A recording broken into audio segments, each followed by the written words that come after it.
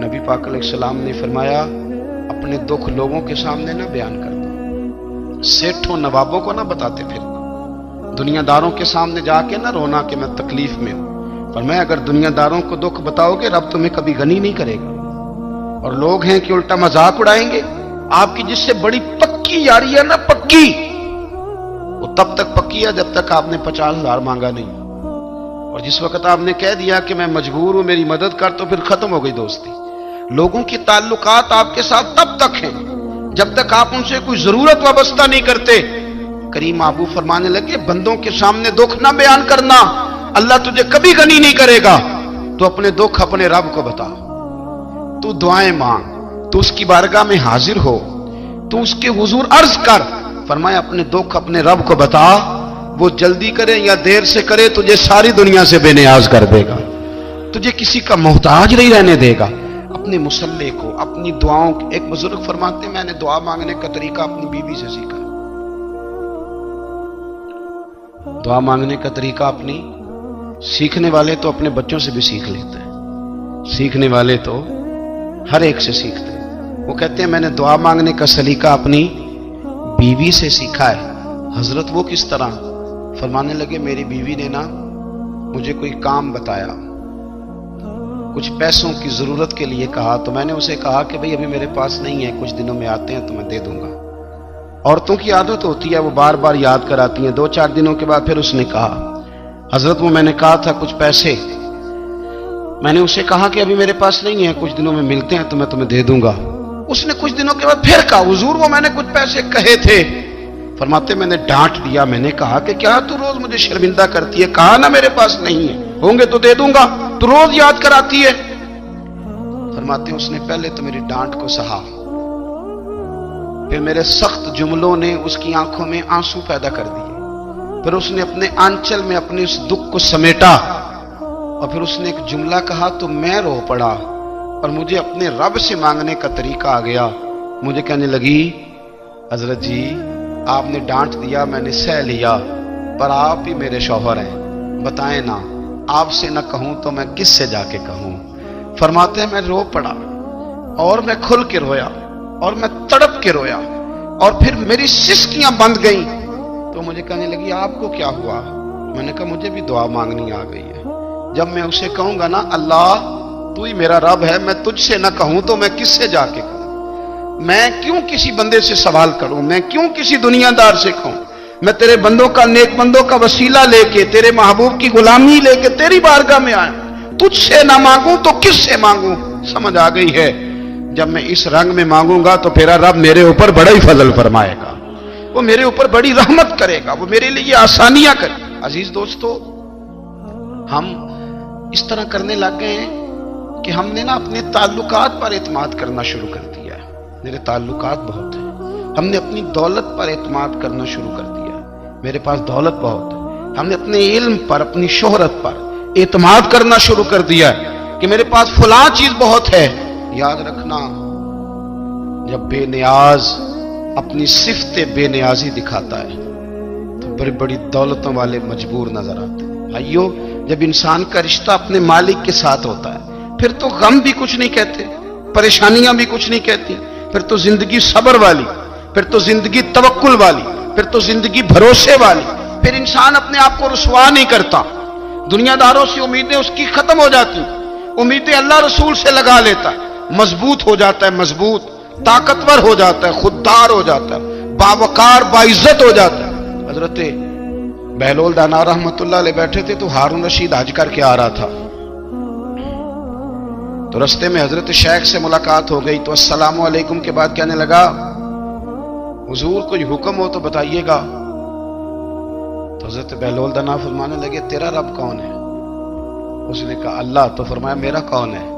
کہا اللہ۔ فرمانے لگے تو بڑا ہی بیوقوف ہے، کیا تو یہ سمجھتا ہے کہ رب ہارون رشید کو تو دے گا اور بہلول دانا کو بھول جائے گا؟